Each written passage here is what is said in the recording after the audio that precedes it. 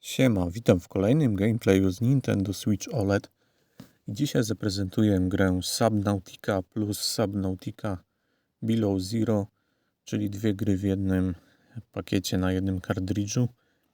Jest to taka prezentacja troszkę, aby zachować sobie tą grę w archiwum, ponieważ w momencie, kiedy to nagrywam, to ta gra jest już sprzedana i zaraz po nagraniu idę ją odesłać. Nahypowałem się tak troszkę na tą grę. W sumie nie wiem, skąd mi to przyszło, ale jakoś nagle poczułem chęć, żeby w to pograć. No i gdzieś tam udało mi się w dobrej cenie kupić, co też uczyniłem, ale pograłem w dosłownie tam może z godzinkę, może nawet nie całą i no stwierdziłem, że jest to gra survivalowa, w której trzeba się naprawdę nauczyć, o co w niej chodzi. I po prostu poległem. Stwierdziłem, że wymaga to zbyt dużo zaangażowania i zbyt dużo czasu. Jest w tej materii nawet można by to porównać trochę do Minecrafta, czyli gra, w której zostajemy gdzieś tam rzuceni i musimy sobie radzić. Ale przejdziemy zaraz do tych opowieści. Teraz odpalamy nową grę w trybie właśnie survival. Nie mam tutaj żadnego save'a. Skasowałem go i w ogóle nie miałem tego filmu nie nagrywać, bo grę już, jak mówię, sprzedałem i jest już gotowa do wysyłki, więc pokasowałem save'y. No ale stwierdziłem, że w sumie, kurczę, tak ostatnim rzutem na taśmę może jednak bym ją nagrał. Tutaj zrobiłem małe cięcie, ponieważ był długi loading. No i zaczynamy. Tutaj zaczęło się od jakiejś katastrofy, czyli nasz ten macierzysty duży statek rozbił się na jakiejś takiej obcej planecie pokrytej oceanem. Natomiast my się ewakuowaliśmy w takiej kapsule ratunkowej, jak widać, i oberwaliśmy jeszcze jakimś elementem w głowę, co nas trochę zamroczyło, a teraz budzimy się i nasza kapsuła płonie, więc teraz przejmujemy już kontrolę nad grą. Pierwsze, co musimy zrobić, to wziąć gaśnicę i tutaj ten pożar ugasić i za chwilę będziemy już mogli grać, a w zasadzie będziemy mogli być zagubieni, bo tak jak mówię, gra ma ciężki próg wejścia. Tylko kurczę, tutaj właśnie widzę, że wszystko jest po angielsku. Zapomniałem zmienić język na polski, a przecież ta gra ma polski język. Teraz spróbujmy, czy da się to zrobić w tym momencie. Tutaj nie widzę takiej opcji. Jest tylko opcja napisów, ale nie ma opcji zmiany języka. Opcja grafiki też nie. W opcjach tutaj też nie. Dobra, było małe cięcie. Musiałem złączyć grę od nowa i wybrać w menu głównym język polski. Jeszcze raz obejrzeć ten krótki wstęp. Więc jesteśmy w tym samym momencie. Przeglądamy tutaj ten PDA. To jest jakiś taki jakby tablecik, na którym różne informacje przechowujemy. No i tak jak zacząłem we wstępie mówić, gra jest to typowy survival, gdzie zostajemy rzuceni właśnie w nieprzyjazne środowisko. Mamy ograniczone zasoby, może zaraz robimy się głodni, spragnieni. Możemy oczywiście łatwo zginąć. No i musimy, niczym w Minecrafcie, zdobywać surowce, no i craftować, tworzyć sobie różne rzeczy niezbędne do przetrwania. No i tak jak w Minecrafta grałem, bardzo dużo, myślę, że w czasach jego świetności, czyli 2011-12, to na PC-cie w Java Edition mogłem spędzić nawet i ze 200 godzin. Natomiast to były inne czasy. Wtedy miałem dużo wolnego czasu, mało obowiązków. No i również ta gra była wszędzie, była u szczytu popularności, więc był na nią duży hype. To się grało i uczyło tego wszystkiego. Natomiast teraz, gdybym miał teraz pierwszy raz grać w Minecrafta, to byłoby tak samo jak z Subnautiką. Jestem tu kompletnie zielony, nie wiem, o co tu chodzi. Czuję się po prostu zagubiony w tej grze. I chociaż jest to na pewno świetna gra i koncepcja w ogóle, że musimy przetrwać w jakimś takim oceanicznym świecie, pełnym różnych niebezpiecznych stworzeń wydaje mi się znakomita. No tam widzimy nasz wrak statku rozbity. Pewnie w którymś momencie gry da się tam nawet dostać, nie wiem. W każdym razie też należy pochwalić w tej grze grafikę jak na Switcha, no to naprawdę robi pozytywne wrażenie. Zaraz damy sobie nura i zobaczycie jak wygląda właśnie pod wodą. No trzeba przyznać, że grafika jak na Nintendo Switcha robi naprawdę dobre wrażenie. No i tu zaczynamy, jak widać, zbieranie surowców, jakieś takie grzyby. I tak jak w Minecrafcie, tak jak już będę nawiązywał do tej gry, no bo tutaj jednak jest sporo podobieństw w mechanikach. To tak jak tam, no tak jak mówię, przez tyle lat, co tam miałem styczność z tą grą, no to już wiem co i jak bynajmniej na tym. O kurde, ta ryba chciała mnie zabić, pół życia mi zdjęła jakimś takim autodestrukcyjnym wybuchem. Dobra, nieważne.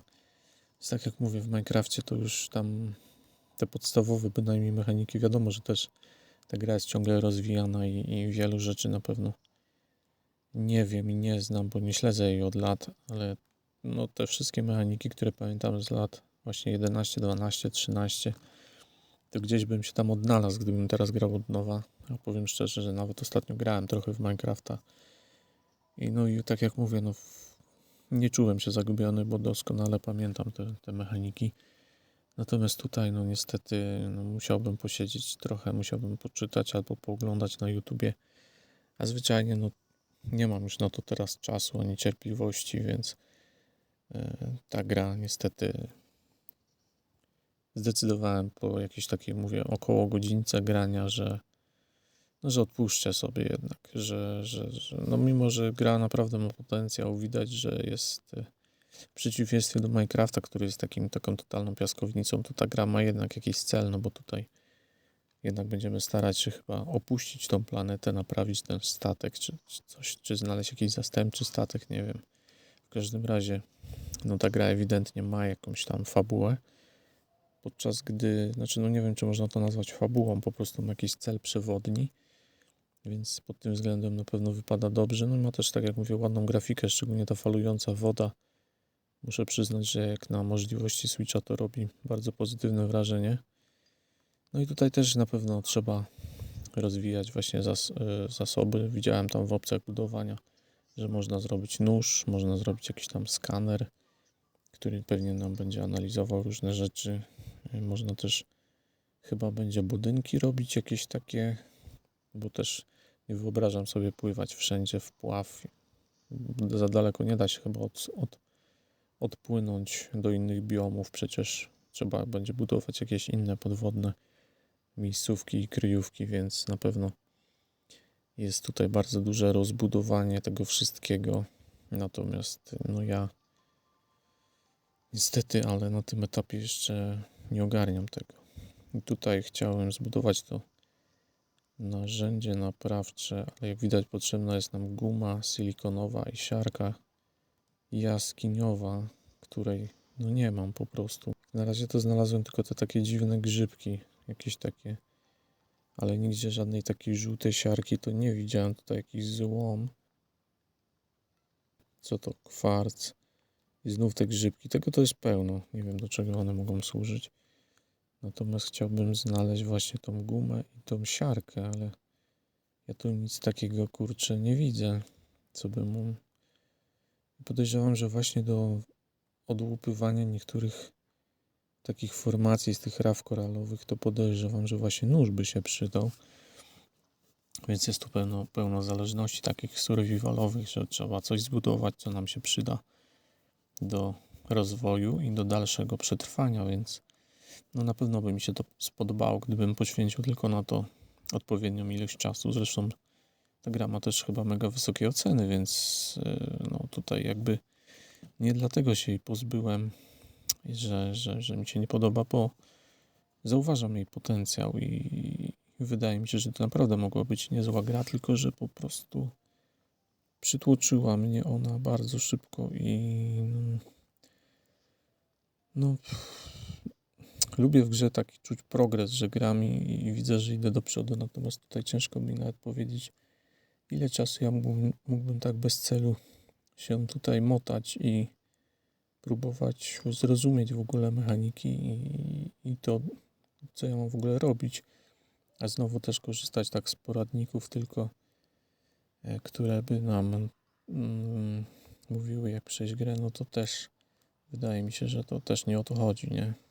Żeby grać, no jednak lepiej samemu doświadczać gry, samemu ją przechodzić.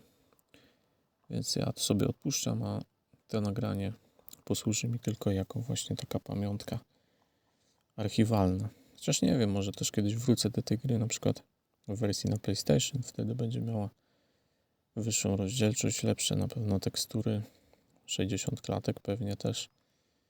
Chyba ona ma nawet jakiś, z tego co się orientuje, update do wersji PS5, więc na pewno by lepiej chodziła.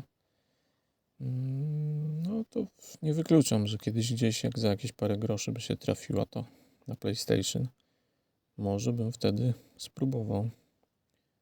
Się chyba tu zamotałem, kurde, i nie wiem, czy wypłynę. Nie, no, wypłynąłem. Już niby miałem 0, ale jeszcze się trzymałem jakoś.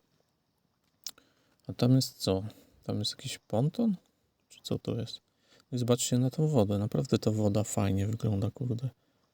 Nie, to jest, kurczę, jakaś rura? Czy to jest ten koralowiec? Ciekawe, czy jakbym tam, kurczę, wpłynął, to czy on by mnie nie zeżarł. Zjedz coś a propos żarcia właśnie już. Nasz bohater jest głodny, jak to w grze survivalowej. No tak, jest tutaj po lewej stronie ten taki wskaźnik na pomarańczowo już rzeczywiście gdzieś tak niecała 1/4 nam pozostała. I co my możemy tu, kurde, jeszcze zrobić? No właśnie. No myślę, że na początek to właśnie dobrze by było jednak skorzystać z jakiegoś poradnika, bo tak samemu ciężko się połapać. No wiadomo, że tak na spokojnie przysiąść, poczytać te wszystkie opisy w tym PDA. Może by coś wtedy się z tego wywnioskowało, natomiast nawet na razie ta obsługa tych wszystkich menusów zdaje mi się taka mało intuicyjna. To był jakby ekwipunek, to jakiegoś screena niechcący zrobiłem. No co ja z tego... A, to są te surowce. Kurde, zaraz. W fabrykatorze to nie, a tu jest chyba ekwipunek, tak? Nie, schowek. No właśnie, czy ja mogę coś pobrać z niego? Jest tu coś do żarcia? Zmień schowek. No dobra. Zmieniamy schowek i co? Ja będę mógł teraz to do jakiegoś podręcznego swojego. Wodę wziąłem, flara. Flara to mi chyba nie jest potrzebna. Okej. I co teraz? Gaśnicy, zaraz, z którym to się wciskało? Moment. Kurde, nie wiem. A, tutaj. Zjedz. O, teraz mogę, dobra. No dobra. Najadł się na ten moment, ale tam mieliśmy chyba tylko 2. O kurde. A tu noc się zrobiła. No i co? W Minecrafcie to bym poszedł spać, a tutaj nie ma. Widzę, że nie ma tu opcji spania. I co ja mam robić teraz, jak przyszła noc? Wszędzie cię... O kurde, jaki ten... To jakiś księżyc czy co? Taki czerwony jak Mars. No dobra, to wskoczę do wody, no ale to strach teraz pływać, bo tak... Mam wrażenie, kurde, że jakieś nocne stworzenie zaraz na mnie wypłynie i mnie pożre. No fajnie wygląda ten... Przez tą wodę ten taki jakby księżyc, czy to Mars, taki czerwony raczej do Marsa podobne. Kurde, nie mogę wyjść, dobra. No w sumie cykl dnia i nocy też dość szybko się zmienia tutaj. No i co tu robić w tę noc, no nie? Ciemno jak w dupie. No nic, więc tak się prezentuje od okiem laika, można powiedzieć, który nie umie w to grać. Tak się prezentuje Subnautica. No gra chyba nie dla mnie. Spróbujmy jeszcze tą Below Zero. Jest to chyba taka jakby druga część i która też ma język polski. Chociaż na pudełku nie był wymieniony, ale możliwe, że dodali go w jakimś późniejszej aktualizacji, także również występuje tu język polski. I z tego, co się orientuję, to ta gra różni się tym od podstawowej Subnautiki, że tutaj lądujemy, znaczy rozbijamy się znów na jakiejś planecie, tym razem jakiejś takiej lodowej, gdzie wszystko jest przykryte śniegiem, więc i że tutaj właśnie oprócz nurkowania to możemy też się poruszać po lądzie w jakichś skuterach śnieżnych czy coś, gdzie również musimy sobie chyba zadbać o jakieś ciepłą odzież, bo właśnie na tym lądzie możemy również zamarznąć, że jest tam taki właśnie wskaźnik temperatury wychłodzenia naszego organizmu. No zaraz zobaczymy, bo zaraz się chyba rozbijemy, więc zaraz będziemy grać. Także twarde lądowanie na jakiejś ośnieżonej planecie. Jakąś taką kapsułą. I pewnie jak zawsze się zrobi pożar z tego. No oczywiście. To teraz chyba nie mamy gaśnicy pod ręką, więc będziemy szybko się ewakuować. Okej. Oczywiście to było automatyczne, ja tutaj nic nie robiłem póki co. Dobra, to ja już mogę grać. Stoję przy ogniu, to mam wskaźnik temperatury na 100, ale jak się oddalam, to jak widać on już stopniowo nam spada, czyli wychładza się nasz organizm, więc pobiegnę sobie w stronę tego czerwonego znacznika, który gdzieś tam widać w oddali. No bo nie wiem w sumie, co miałbym innego zrobić. No, na tym śniegu to szybko można. No i tu jest woda. Pytanie, czy ona jest zimna, czy ciepła. No i wychodzi na to, że jest ciepła, bo jak wskoczyłem, to wskaźnik temperatury mam już pełny. To jest dziwne, że ta woda jest ciepła, skoro tu na niej, kurde, kry pływają i wszędzie dookoła jest śnieg, to ta woda powinna być lodowata. Chyba że względem, kurczę, może jest tak zasolona, że nie zamarza. Może względem temperatury powierzchni może jest mimo wszystko ciepła, natomiast no jest trochę tutaj inny klimat, bo ta podstawowa Subnautica, nie ma wejścia od spodu. Ta podstawowa Subnautica miała takie, kurcze, ten ocean taki kojarzący się raczej z tropikami, takie rafy koralowe, wszystko kolorowe, takie cieplutkie morze, a natomiast tutaj no widać,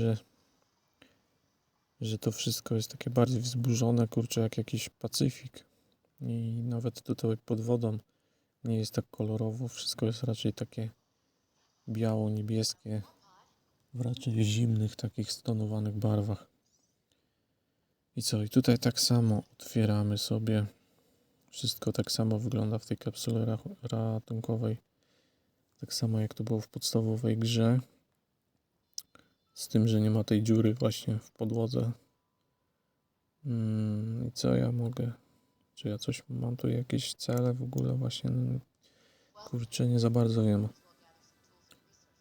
No nic, zaraz, co jeszcze chciałem zobaczyć. Chyba nic nie będę już kombinował, bo czas będzie kończyć zaraz tą prezentację. Więc jak widać, no tutaj, no wydaje mi się, że ta podstawowa wersja bardziej mi się podobała, bo jak się tam dało nura, to kurczę, ten ocean, to dno oceanu było takie przyjemniejsze, było takie kolorowe, jakieś takie rafy koralowe, kolorowe, fajne, wszystko to ładne było, a tutaj to środowisko zdaje się jeszcze bardziej nieprzyjazne. Wszystko właśnie pod lodem, kurczę, tak jednobarwnie. No i tak samo, podobnie jak tam, nie wiem totalnie, co ja mam robić, kurczę. No, więc zagubiony jestem. Mam nadzieję, że ktoś, kto grał w to, ktoś, kto zna w ogóle się dobrze na tej grze, to jeżeli byście byli na tyle uprzejmi, żeby napisać jakiś solidny komentarz wyjaśniający, dlaczego głupio zrobiłem, że nie dałem tej grze szansy, tylko ją sprzedałem, to napiszcie mi, dlaczego jednak warto by było się przełamać i pograć w to więcej. No bo podejrzewam, że warto by było, natomiast no No nie każda gra jest dla każdego i ja, tak jak mówię, no zdecydowałem się odpuścić. Chociaż nie mówię, że na zawsze. Kto wie, kto wie. Przecież sam ten motyw nurkowania i w głębinach, no to taki jest dość ciekawy. Taki coś innego, no nie? No bo Minecraft też niby ma jakieś motywy z wodą związane, ale to tak raczej się tam wszystko dzieje na powierzchni. Tam pod wodę to się sporadycznie raczej schodzi. Zwłaszcza, że tam się szybko topi. I też nie bardzo jest chyba co robić pod wodą, bynajmniej. No może teraz to się zmieniło, ale pamiętam, że kiedyś jak ja grałem, to pod wodą nie było w zasadzie co robić. I jeszcze było ciemno, tam nic nie było widać, więc to nie miało sensu. Natomiast tutaj to cała gra w zasadzie chyba jest na tym oparta. Wiem, że tam są jakieś motywy takie cywilizacji pozaziemskiej i że się po jakichś chyba statkach obcych w późniejszym etapie też przemieszcza. Ale nie wiem dokładnie, nie chcę tutaj jakieś gafy strzelić. Tutaj widać jakaś apteczka. Ale kurde, trzeba wypływać, bo zaraz się utopimy. Zostało kilka sekund do wyjścia na powierzchnię. Okej.